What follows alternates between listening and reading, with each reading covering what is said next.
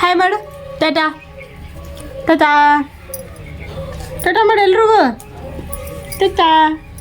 ನಾನೇ ಹೇಳ್ತೀನಿ ತಡೀರಿ. ಹಾಯ್ ಎಲ್ರಿಗೂ, ಇದು ಯಾವ ಊರಂದು ಏರ್ ಬ್ರಿಡ್ಜ್ ಅಂತ ಹೇಳಬೇಕಾ?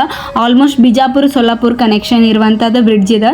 ಹಂಗೆ ನಾನೊಂದು ಸ್ವಲ್ಪ ನಮ್ಮ ಬಿಜಾಪುರಕ್ಕೆ ಬಂದಿದ್ದೆ, ಹೆಂಗಿದ್ರು ಖಾಲಿ ಅದಿನ ಅಂತೇಳಿ ಬಂದಿದ್ದೆ. ಅವತ್ತು ಚಾಲಕರ ದಿನಾಚರಣೆ ಇತ್ತು, ಹಾಗಾಗಿ ಬಸ್ ಸ್ಟ್ಯಾಂಡ್ನಾಗ ಫುಲ್ ಫಂಕ್ಷನ್ ಜೋರಿತ್ತು.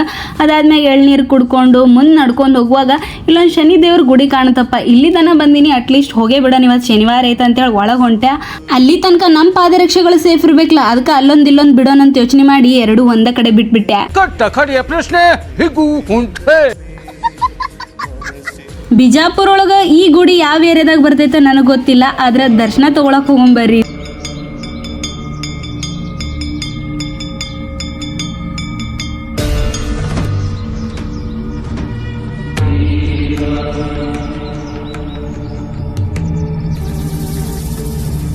ಈ ಗುಡಿ ಭಾಳ ವರ್ಷದ ಹಳೇದು ಅನ್ಸುತ್ತೆ, ಆದರೆ ಇದ್ರ ಬಗ್ಗೆ ಇನ್ಫಾರ್ಮೇಷನ್ ಕಲೆಕ್ಟ್ ಮಾಡಿಲ್ಲ. ಶನಿದೇವರು ಮತ್ತು ರಾಮ, ಸೀತಾ, ಹನುಮಂತ ಇದ್ದಾರೆ.